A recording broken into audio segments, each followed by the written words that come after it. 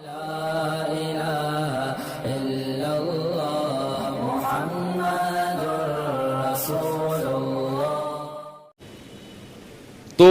شعیب علیہ السلام نے کیا کہا؟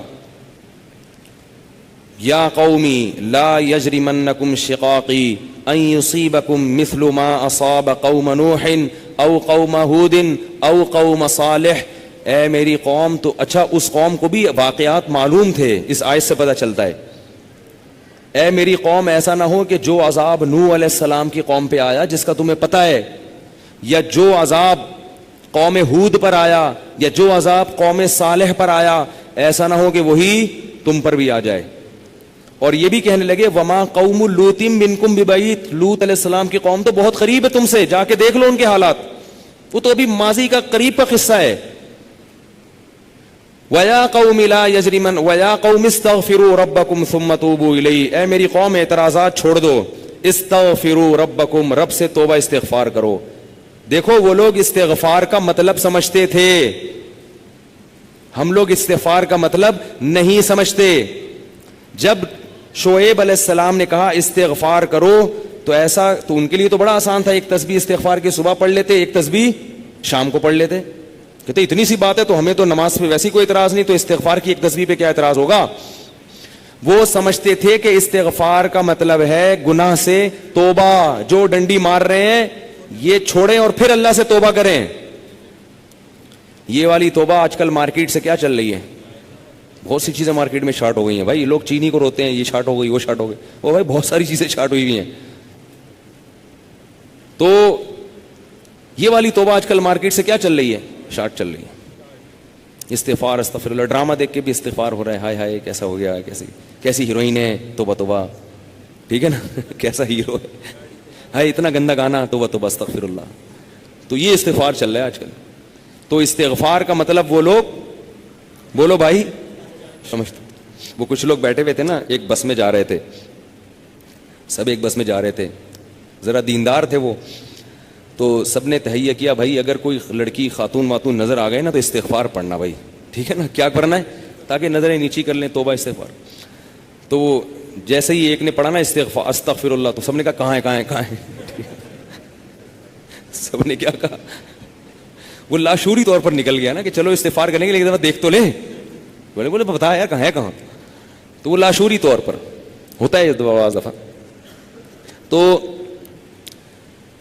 شعیب علیہ السلام نے کیا کہا، استغفروا ربکم ثم توبوا الیہ ان ربی قریب مجیب ان ربی رحیم ودود. ایک جگہ فرمایا رحیم بھی ہے اور بہت محبت کرنے والا ہے.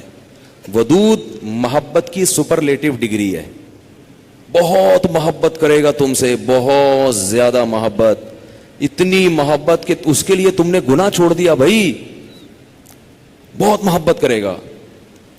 تو ظاہر ہے اللہ جب محبت کرتا ہے تو ہماری طرح نہیں ہے کہ بہت محبت ہے بس ہے تو بھائی یہ پیسے دو، اتنی محبت ہے تو ٹھیک ہے نا.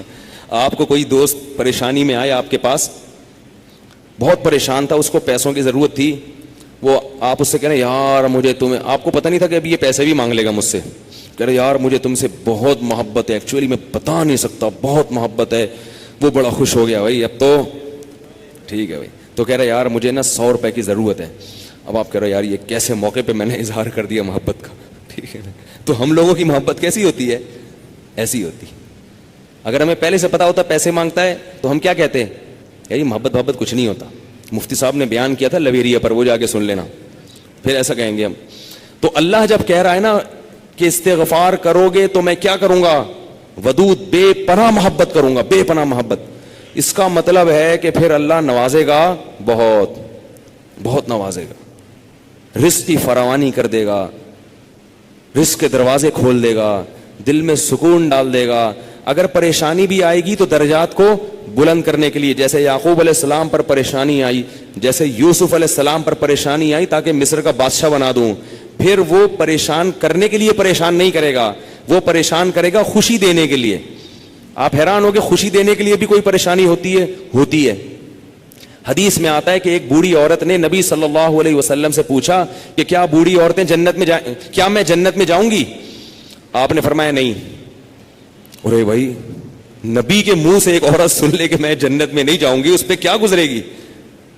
اس کا مطلب جہنم کا ٹھپا لگ گیا, اسٹیمپ لگ گئی. اتنی پریشان. خود سوچو کہ جن صحابہ کو جنت پر ایسا یقین تھا جیسے اپنی آنکھوں سے دیکھی. حضرت علی کی ایک روایت ہے کہ میں اگر جنت کو اور جہنم کو اپنی آنکھوں سے دیکھ لوں تو میرے ایمان میں اضافہ نہیں ہوگا. تو جن لوگوں کا ایمان ایسا ہو نبی پر, ایک ایک بات پر, وہ نبی کے منہ سے سن لیں کہ میں جنت میں نہیں جاؤں گی, تو اس پہ قیامت نہیں آ گئی ہوگی. رونے لگی, پریشان ہو گئی. کچھ دیر میں نبی نے فرمایا کہ جاؤ گی جوان ہو کے. اس کنڈیشن میں اب یہاں ایک نقطہ اٹھایا ہے کہ بھئی ایسا مذاق کرنا جس سے تکلیف ہو. کسی مسلمان کو تکلیف دینا تو جائز نہیں ہے, تو نبی کیسے تکلیف دے سکتے ہیں؟ اتنی تکلیف میں ڈال دیا بیچاری کو. تو اس کا جواب یہی ہے کہ بعض دفعہ تکلیف کسی بہت بڑی خوشی کا پیش خیمہ ہوتی ہے. نہیں آئی بات؟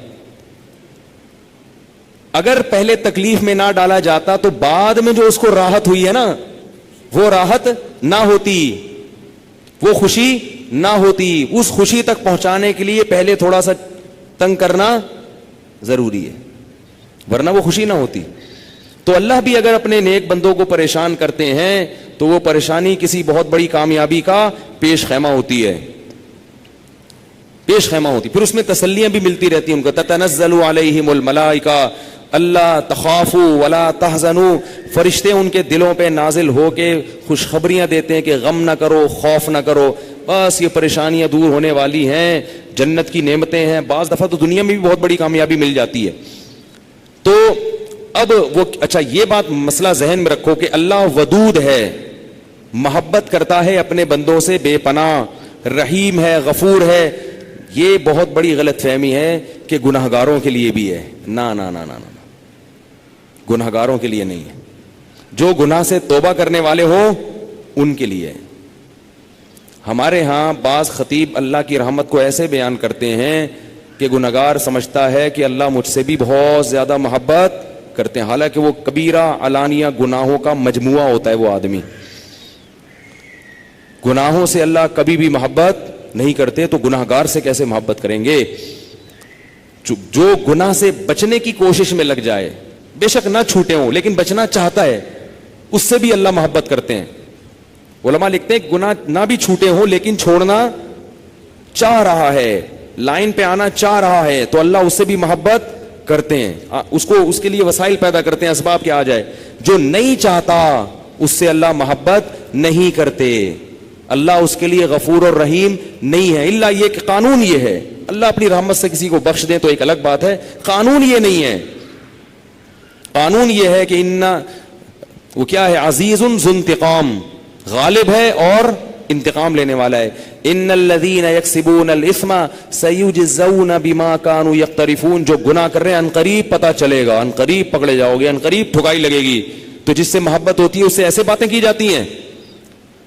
آپ کو جس سے محبت ہے آپ اس کو دھمکیاں دیتے ہیں اس طریقے سے. اللہ فرماتے ہیں کہ تمتعوا, مزے اڑاؤ مزے, ان مصیرکم الی النار, آنا جہنم کی آگ کی طرف ہے. حدیث میں آتا ہے کہ میں سب سے زیادہ غیرت مند اور اللہ مجھ سے بھی زیادہ غیرت مند ہے. اور اللہ کی غیرت کو اس وقت جوش آتا ہے جب کوئی اللہ کے حرام کردہ کاموں میں سے کوئی کام کرتا ہے. یہ کون چیخ رہا ہے بھائی؟ ان کو سنبھالیں بچوں کو باہر, کیا ہو رہا ہے یہ پیچھے لوگ بیٹھے ہوئے ہیں دیکھ نہیں رہے ان کو.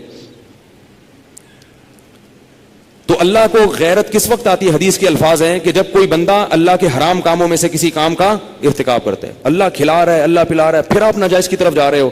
تو حدیث میں یہ نہیں آتا کہ جب کوئی بندہ گناہ کرتا ہے تو اللہ کو اس بھی محبت کا بڑا جوش آتا ہے. نا نا نا, پھر اللہ کو غیرت آتی ہے اور اللہ کی صفت انتقام جوش میں آتی ہے.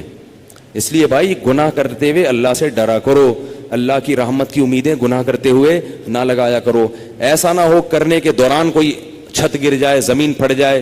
بنی اسرائیل نے گناہ کیا تھا نا, ہفتے کے دن اللہ نے منع کیا شکار مت کرو, انہوں نے کر لیا, تو کیا اللہ بڑا غفور رحیم, اللہ نے معاف کر دیا فوراً. رات کو سوئے ہیں تو صبح کیا ہوا ہے, بندر اور سور جیسی شکلیں بنی ہوئی تھی. اللہ ہم سب کو محفوظ رکھے.